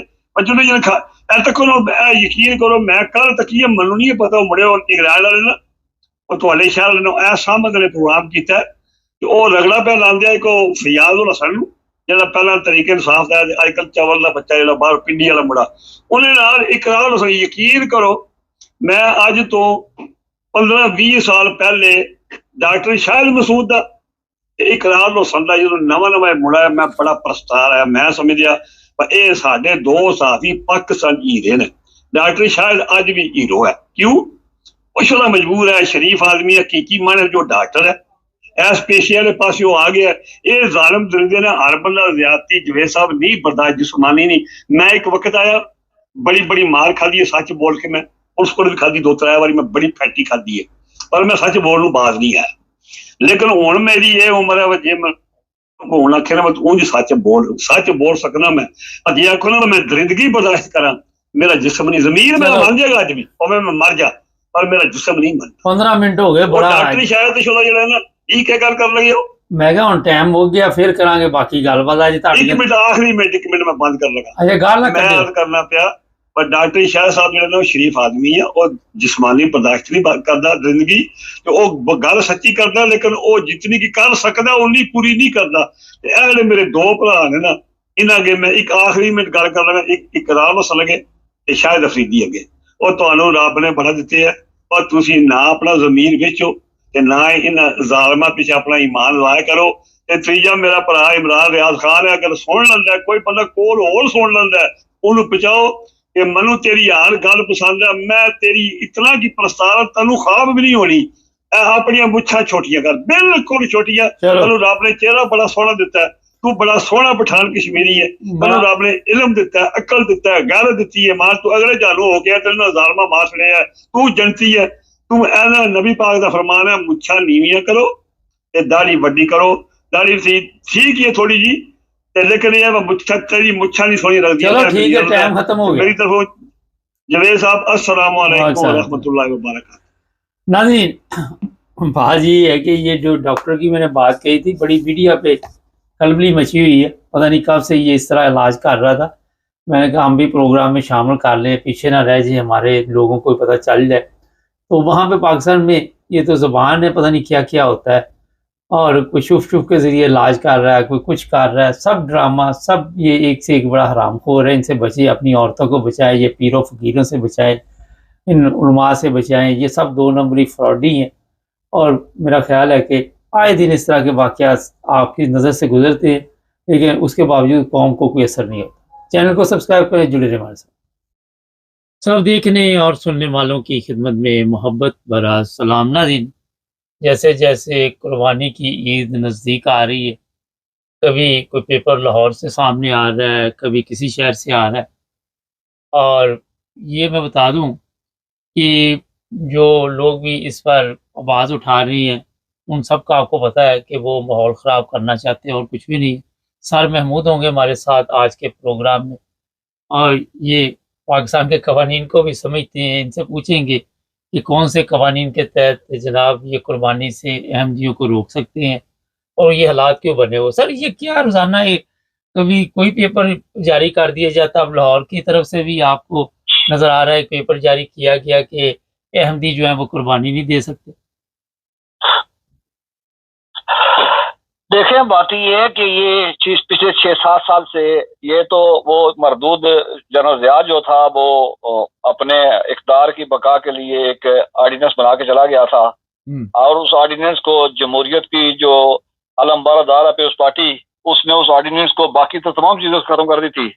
एक उसका जालमाना जाबराना सुना कि इस तरह का ऑर्डिनेंस जो था वो अबू जेल ने भी बनाया था और उसका भी कानून था। ऐसे ही चूंकि चीजें आ रही हैं, तो उस ऑर्डिनेंस को उठा के पीपल्स पार्टी ने भी उसको कानून साजी कर दी थी और उसको आइन का हिस्सा बना दिया था। अब वो उस दौर से चलता रहा। फिर जब इस्टेब्लिशमेंट ने अपनी नापाक मकासद के लिए जब तहरीक लब्बैक और इस तरह की जवाब जब पैदा की, तो फिर उनके हाथ में ये इस तरह का खिलौने दे दिया। वरना कुर्बानी भी एमडी करते थे, नमाजें भी पढ़ते थे, मसाजिद के मीनार भी थे, उसके बाद सारी चीजें चलती थी। लेकिन ये पिछले 6-7 साल से 8 साल से जब तक इस्टेब्लिशमेंट की गिरफ्त जो है वो मजबूत से मजबूत होती गई, फिर उन्होंने इनके हाथ में ये दे दिया, और फिर आपकी इंतजामिया जो टोटल थी वो यरमार बनवा दी गई। और अब ये है कि वो देख लें, मस्जिदों में हमले हो रहे हैं, कराची में लोगों को गिरफ्तार किया गया है। उसके बाद जुमा पढ़ते हुए प्राइवेट जगहों पे, घरों में जुमा पढ़ते हुए, नमाज़ें पढ़ते हुए लोगों को गिरफ्तार किया जा रहा है कुर्बानी की। ये लाहौर के डीसी साहब ने पुलिस इंतजामिया को डायरेक्शन दी है कि वो इस बात को यकीनी बनाए कि कोई बंदा न करे, कुर्बानी न करे। उसके बाद आपने देखा होगा आज़ाद कश्मीर के अंदर, आपने देखा होगा कि वहाँ के डीसी कोटली जो हैं, जो आर्मी के एक मेजर हैं, उन्होंने बोला कि वहाँ पे पाबंदी लगाई, और वो तमाम पाबंदियां एक तरफा पाबंदियां हैं। चूंकि मौलवी जो है, मौलवी, मैंने एक दफा पाकिस्तान में एक बात करते हुए कहा था, मैंने कहा था पाकिस्तान के अहमदियों के खिलाफ कानून जो है वो असम्बली नहीं बनाती है, वो अदलिया नहीं बनाती है, वो सेनेट नहीं बनाता है, वो कानून साजदारी नहीं बनाते हैं, बल्कि एमजीओ के खिलाफ कानून जो है वो मौलवी बनाता है। मौलवी किसी घर में बकरा बांधा हुआ देख ले किसी के वेड़े में, तो उसके जज्बात मजरू हो जाते हैं। किसी के सर पे टोपी देख ले तो उसके जज्बात मजरू होते हैं, और मौलवी लोगों का इकट्ठा करके फिर वो थाने पहुंच जाता है। और थाने वाले जो है वो चूंकि अब यरगमाल हो चुके हैं, वो पहले सबसे पहले दौड़ के तो उसको गिरफ्तार कर लेते हैं। और उसके बाद पिछली ईद पे आपने देखा कि लोगों के फ्रिजों से गोश्त उठाया गया, लोगों के घरों के अंदर जो बकरे 3 से 4 माह के बकरे जो थे, जो कुर्बानी के हो भी नहीं सकते हैं, उन बकरों को उठाया गया है। और बाद का ये भी हुआ कि घर से बकरा लेके गए और वहां जाके थाने में उन्होंने बकरा 50,000 था, उन्होंने कहा जी 35,000 का बकरा इसको दे दो, फलां को दे दो। उसी मौलवी को बकरा दिलवाया उन्होंने, और 15,000 उस मौलवी से कमीशन ले लिया उन्होंने। और बकरा जिससे लिया था उसके भी 5,000 रुपये उन्होंने, जो पैसे उसके पास आ चुके थे, तो रिश्वत ले ली उन्होंने। पाकिस्तान के अंदर एक जुल्मत का एक जो इंसानियत सोच वाकयात हैं, और वो जारी और सारी हैं। लेकिन उसका खमियाजा आप देख रहे हैं कि बलूचिस्तान में क्या हो रहा है, सिंध में क्या हो रहा है, कश्मीर में क्या हो रहा है, पख्तूनख्वा में क्या हो रहा है। लेकिन हमारे इदारे वो सब बातों को भूलकर वो एक इस तरह के कामों के पीछे लगे हुए हैं कि जिनसे ना रियासत को फायदा हुआ, ना रियासत को फायदा होना है, बल्कि रियासत का चेहरा जो है वो काले से काला अस्तार होता जाएगा, और जिल्लत और जो इनकी वो पैसा बढ़ती जाएगी। अच्छा सर, ये बताइए कि लोगों ने वैसे भी जानवर घरों में रखे होते हैं, तो वो भी इस वक्त तो गैर महफूज है, जिम्मेदार तबका है, और किसी के ऊपर भी आप इस तरह का इल्जाम लगा के उसके जानवर कब्जे में कर सकते हैं इतनी महंगाई के दौर में। मैं कह चुका हूँ कि कुछ लोगों के घरों में पिछली जो रवायत चल रही है कि लोगों के घरों में 3-3, 4-4 माह का बकरा जो है, जो बकरा उसने रखा हुआ था 4 माह का बकरा, जिसको मालूम है कि कुर्बानी का बकरा नहीं था, वो भी बकरा उठा के ले गए हैं। जब आप खुला जो उसको दे देंगे, पुलिस वालों को दे देंगे, उसके बाद जिस तरह के इसके दरिंदा सिर्फ लोग जो हैं, जो शैतान भी जिनको देख के शर्माता है, जब उनके हाथ में इख्तियार दे देंगे, वो चार दीवारी का तकद्दुस को मजबूर करेंगे, घरों में घुसेंगे, उसके बाद पुलिस उनकी सोलत कारबानी पर नहीं होगी, तो उसके बाद फिर जब किसी ने कोई जवाब नहीं देना है, जब किसी दूसरे का मौका नहीं आना है, तो फिर उसके बाद क्या करेंगे। तो जो मैंने कहा ना कि वहाँ कानून नहीं है, किसी किताब की बात नहीं है, किसी आइन की बात नहीं है, किसी सीपीसी की बात नहीं है, सीआरपीसी की बात नहीं है, वहाँ सिर्फ इतना है कि जो पुलिस के दिमाग में आए और वह पुलिस वाला उसका वाकफ उसका मौलवी के दिमाग में आए और पुलिस वाला उसके इशारे पर नाचने के लिए तैयार हो जाए तो वही हो जाता है। आप देखते हैं कि जिस तरह और मैं एक सवाल पूछ रहा हूँ कि रियासत के अदारे बैठे हुए हैं, ISPR बैठे हुए हैं, तर्जमान खुदों के तर्जमान बैठे हुए, कहाँ बैठे, ये क्यों नहीं बोल रहे हैं? और कभी किसी ने मजम्मत की है? पाकिस्तान के अंदर कल तक की खबर है कि जी 30 डॉक्टर जो है अहमदी डॉक्टर कत्ल किए गए हैं। उसके बाद आपने देखा कि मसाजिद पे हमले हुए, कब्रिस्तानों पे हमले हुए, नमाजी औरतें गिरफ्तार की गई हैं।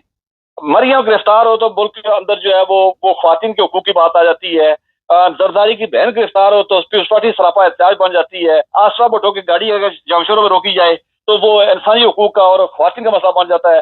लेकिन जब दूसरे लोगों के घरों के चार दीवारों का कदस मजलू किया जाता है, अब घरों में उन कामों में जो मामला सिर्फ खदा किया था कि जिनका खदा से तल्लक है वहां करते हुए ना इनको शर्म आती है, ना इनको हया आती है, ना ये बोलते हैं और ना इनको इनको इनको इनको बयान सामने आता है। अरे कल आसमा भुट्टो के मतलब जो भी आपने बात की, मुझे भी हंसी आ रही थी कि 15 लोगों को गिरफ्तार कर लिया गया, उसकी गाड़ी रोकने की कोशिश की। वो लोग जो सिंध के हालात है वहां पे तो मजबूर है, भूख अफलास है, लोग बड़े परेशान है, तो वो किससे फरियाद करे? देखें, इन सब मामलात में से आपके प्रोग्राम में बहुत दफा अरफान साहब ने कहा है कि ये सारे जो मामलात जो लबैक और इस तरह के काम किए जाते हैं, ये बेसिक अपने असल इश्यूज जो हैं उनसे नजरें चुराने के लिए और उनसे बचने के लिए किया जाता है। आप सिंध को देख रहे हैं, सिंध के अंदर पंजाबियों को गाड़ियों को रोक के जलाया जा रहा है, गाड़ी को लूटा जा रहा है और सिंधी सरेआम उनको कहते हैं, मैं चूंकि सिंधी जुबान जानता हूँ मुझे पता है, सिंधी उनको कहते हैं कि तुम्हारे बाप की रोड है, तुम आते क्यों हो यहाँ पे? और उसके बाद वो गंदी गाड़ियां देते हैं। बलोचिस्तान में आपने देखा कि गाड़ियां रोक के शनाख्ती कार्ड चेक करके लोगों को मारा गया है। उसके बाद वहां पे उसकी गाड़ी रोकी गई है और 15 लोगों में मुकदमा हुए, गिरफ्तार भी हो गए हैं। जो पानी वाला मामला ये था वो पीपल्स पार्टी ने झूठ बोला था। उसके बाद वो जो नहरें को रोक दी गई हैं, वो नहरें रोकी। आप सिंध की जुबान लड़खड़ाती हुई जुबान साख खोड़ों की और दूसरा उसकी आप उनके जो सियासी रहनुमा है उनकी जुबानें लड़खड़ाती हुई देख लें कि वो कहते हैं जी कि नहीं रुका है, और वहाँ के मकामी लोग भी जो कहते हैं नहरों पे काम नहीं रुका है। और वो एक एहतजाज है, वो एहतजाज इस शिद्दत तक पहुंच चुका है कि वहाँ पे लसानियत की वो उसमें चला गया है। अब वो लसानी और सूबाई बुनियादों पे वहाँ पे ये सारे मामलात हो रहे हैं और जरदारी के खिलाफ जो जुबान वहाँ इस्तेमाल की जा रही है इस तरह के, तो वो उसको सुन के वो खुदा की पनाह बना मांगता है। लेकिन देख लें एस्टेब्लिशमेंट के मामलात क्या है, एस्टेब्लिशमेंट क्या कर रही है, एस्टेब्लिशमेंट कहाँ के किस किस मामला में उलझे हुए हैं। और डायरेक्ट बात ये है, चूंकि पाकिस्तान इसमें अब दो कोई बातें नहीं है, तमाम मुल्क यरमाल बन चुका है और जिन्होंने यरमाल बनाया हुआ है इस सारे खेल के पीछे वो है। अच्छा सर, ये आप देख रहे हैं कि जैसे जैसे ईद करीब आएगी और भी शहरों से इस तरह जो पुलिस ऑफिसर ऐसे ही है, वो ऐसे ही करते जाएंगे। मैंने कहा उन्हीं कमेटियां बनी हुई हैं और उनके थानों के साथ जो है वो तल्लक बना हुआ है और हुकूमत मिली हुई है, इदारे मिले हुए हैं, तो ये बढ़ता जाएगा, उसका बढ़ता जाएगा। चूंकि आपने देखा पाकिस्तान के अंदर एक इस तरह की इकानमी बन चुकी है कि वो इकानमी इस तरह की बन चुकी है कि वो पुलिस वाले गिरफ्तार करते हैं, गिरफ्तार करने के बाद वहां से माल कमाते हैं और उसमें पुलिस के आला अफसर मौजूद है, उसके मुलव्वस हैं। मुझे बताया डीसी तक नॉर्मल आदमी नहीं होता है। ये जो बयान उसका लाहौर से जो आया, कोटली से आया, डीसी से आया, इसका मतलब ये जो सबसे आला दिमाग होते हैं, इससे लेकर सबसे बड़े दिमाग होते हैं, जो सबसे पढ़े लिखे लोग होते हैं, अगर वो इस हद तक पहुंच चुके हैं तो आप पुलिस के सिपाही से, SI से, उससे महारत से आप क्या तवक्को रखेंगे? वो क्या नहीं करेगा? तो इसका मतलब ये कि आने वाले दिनों में अब रमजान का जो शो खत्म हुआ है, ये शो शुरू हो जाएगा कि अब इनकी गिरफ्तारियां दोबारा शुरू हो जाएंगी। देखिए, जब तक ये नाव किनारे ना लगे, मैं बड़े खुल के लफ्ज कह रहा हूँ, जब तक ये जबर का निजाम इसका शिकंजा टूटे ना, ये बढ़ता जाएगा। इसलिए कि रियासत जो है वो समझने के लिए तैयार नहीं है। रियासत जो है वो इनकी आशीर्वाद खड़ी है, इदारे इनके सहूलतकार हैं और जो कुछ हो रहा है रियासत की मर्जी से हो रहा है, इदारों की मर्जी से हो रहा है, इदारे करवा रहे हैं। और वरना मौलवियों की क्या हैसियत है? ये मौलवी जो है ये चाबी वाले खिलौने हैं। एक मौलवी को अगर कैसे इतना कह दिया जाए को फला है सचो तुम्हें याद कर रहा था, तो खुदा की कसम वो मौलवी रात को सो नहीं सकता है और वो उसके बाद सब मुंह धोए बगैर वो थाने जाके पहुंच जाएगा। मौलवी की तो औकात ही कोई नहीं है। ये तो चाबी वाले खिलौने, ये इनके कठपुतली हैं। लेकिन चूंकि इनके पीछे इशारों किसी के हैं, खामोश कोई और है और वो उनके इशारों पे हो रहा है, इसलिए काम बढ़ता रहेगा। इसलिए कि ये उस वक्त तक बढ़ता रहेगा जब तक कि सारे निजाम का कोई बंदोबस्त ना हो जाए। अच्छा, थोड़ा सा पाकिस्तान इंडिया के हालात नजर डालने, मोदी ने फिर कहा कि जी हम पानी बंद करेंगे और हम इनसे हिसाब लेंगे। अभी तक उसका गुस्सा ठंडा नहीं हो रहा। देखिए, बड़ी अजीब सी बात यह है कि मोदी ने पानी बंद किया हुआ है, जहां तक वो बंद कर सकता है वो बंद कर चुका है, और उसके बाद वो पानी बढ़ाने की कैपेसिटी जो है, कुछ कहा जा रहा है कि वो नहरें खोद रहा है, जमीन तो नहरें खोद के तो वो पानी के वो उसकी जो है वो डायरेक्शन चेंज कर रहा है। हमारे यहाँ पानी बंद होने पे ओहदे तो बांट लिए गए हैं, और हमें खुशखबरी ये सुनाई जा रही है कि जी इंडिया ने अगर पानी बंद किया तो चीन उसका पानी बंद कर देगा। अब इनसे कोई बड़ा पूछे कि जब पानी चीन बंद कर देगा तो इसका मतलब इंडिया के पास पानी और कम हो जाएगा, जब कम होगा तो इंडिया उस पानी को आसानी से कंट्रोल कर लेगा। चीन के बंद करने से तुम्हारा क्या फायदा होगा या पाकिस्तानी को क्या फायदा आना है।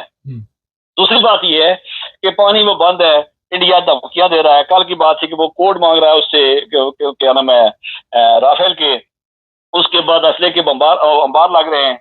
आपने परसों तरसों गुजरात में, राजस्थान में मोदी ने कहा कि मेरे जिस्म के अंदर खून नहीं, मेरे जिस्म का तो संदूर दौड़ रहा है।